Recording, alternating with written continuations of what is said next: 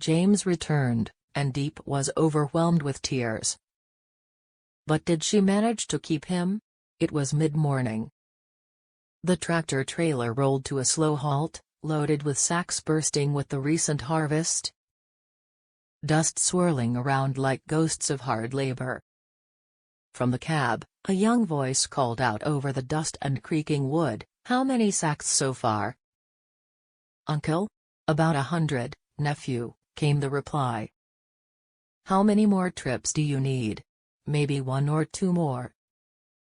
"Sister," the young worker answered, weary but trying to sound composed.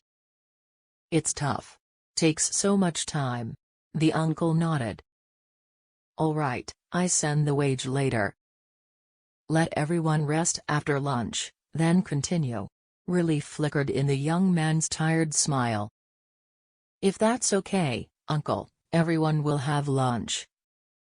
Rest a bit, and I'll send someone in the afternoon to haul the rest. I've got other commitments and can't stay."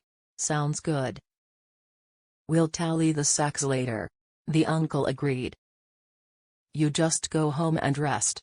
A hush fell, broken only by distant traffic and soft wind. But the rest would come soon enough, after lunch and a brief pause. By early afternoon, the air had cooled slightly, and the first hints of winter were creeping in.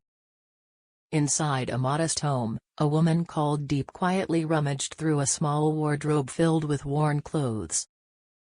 She lifted a faded coat with a broken zipper. Then she turned to a stack of knitted sweaters. "New. Here, this one's better. Warm." A child, Nihi, peeked up at her. "Do you like this color?" "Yes," said the child, eyes glinting. "I love it." Diep smiled softly. "Let's get it. And a hat too, keep your head and hands warm in the cold." Nihi squealed in delight, grabbing the woolen hat and holding it close. "Like this?" "Yes, that's perfect." Diep helped her. Then she nudged her gently forward. "Pick whichever one you like, any pair you want." The child's small fingers closed on a tiny pair of boots. Diep led her to the counter. "Go ahead, pay up." The total came to 50,000 VND. Nihi pushed a few coins across, her face serious as though performing a grand transaction. Later, Diep asked softly, "You want to go play in the ball house?" Nihi nodded eagerly. "Yes, Auntie Diep."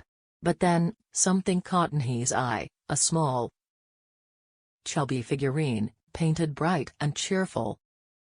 "This one," she said, pointing. She tilted it curiously. "It looks like Uncle James." "Uncle James?" Diep asked, smiling wryly. She bent to look at the figurine. "You think so?" Nihi nodded, dancing on the spot. "He's chubby like him too." Diep laughed gently. "All right then, color it. Let's see if it really looks like him." So the little girl painted carefully. Stroke by stroke, she filled in cheeks, round belly, smiling eyes. At times she paused, looked at Diep, then resumed, determined. "Almost like Uncle James now?" Diep asked, holding up the painted figurine. She held it tight. "Almost," Nihi whispered. "I want to take it home, so when I miss him, I can look at it." Diep nodded, touched. "We'll take it home." They paid, wrapped the figurine carefully. "Of course, sweetheart." And as Diep led Nihi out of the shop, she wondered, would James really come back tonight? The daughter clutched the small toy. Evening settled quietly. Silent, hopeful. Inside a humble dwelling, a woman hummed softly, stirring rice, lighting a small stove. The girl, Nihi, sat waiting, her new clothes folded neatly beside her. Footsteps. A knock at the door. A hesitant, halting return. "Diep. It's me." A familiar voice, hesitant, uneven. She jumped. "James. You came back. Why didn't you call me? Where've you been? Her voice trembled between relief and anger. I'm sorry. He hung his head. It's been crazy. The job, the road. I tried to call, phone died. I had to rush home as soon as I could. She flinched. But you could have let me know. We were so worried. And you crashed the motorbike. Are you hurt? Your arms? Legs? Everything okay? He rubbed his shoulder. Just bumped a little. I'm fine. Sighed. Nothing serious. Silence. She stared at him, eyes wide, scanning for bruises. You had us scared to death. He lowered his eyes. Then shook her head. I got busy, time slipped. Suddenly, the door opened. Believe me, I'm sorry. A small figure shuffled in, sleepy, timid. Daddy? Hey, little one, he said softly. The child climbed into his arms, looking up with big eyes. Daddy. He hugged her tight. Diep looked on, relief flooding her. The tension of the day seemed to lift. Outside, the night pressed in. They sat together, quiet. Inside, warm. James finally spoke in a soft voice, there's something we need to settle tomorrow. I need to go meet Fat. Get things sorted. Diep nodded. For you. Then we'll wait. For tomorrow. Nihi rubbed her eyes, yawned, curled into sleep, her small chest rising and falling in peaceful slumber. In the dim lamplight, the room felt fragile but real, love, worry, hope. Over the next hour, they talked in whispers. James glanced at a crumpled notebook filled with numbers.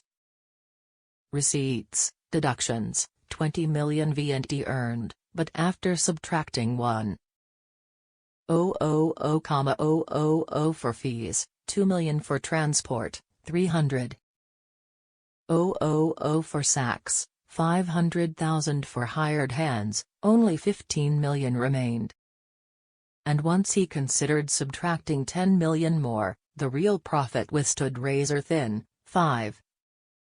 If I did this for a whole month, maybe I'd make enough. He sighed. 500 VND.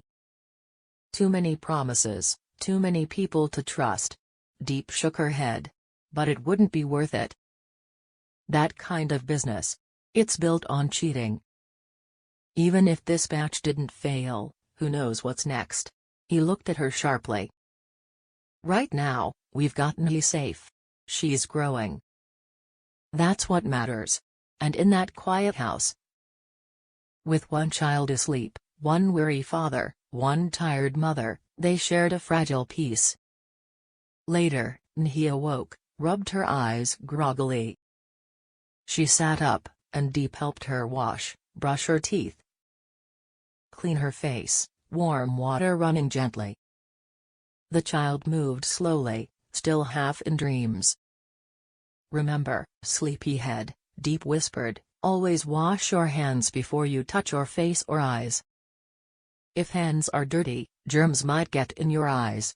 Nihi nodded seriously. A small frown of concentration on her face. Once done, she curled back bed, hugging her ragged stuffed toy, the one she painted to look like James. Diep looked at James. James looked at the child. The weight of the day pressed softly on them both. Tomorrow would bring questions. Tomorrow they would meet Fat. But for now, under that flimsy blanket of hope and fatigue, they had tonight. Tomorrow, James murmured, tomorrow we'll fix it. We'll make it right. And as Nihi drifted back to sleep, the house settled into silence. Only the faint rustle of the wind outside, and the soft breathing of the child, breaking the stillness.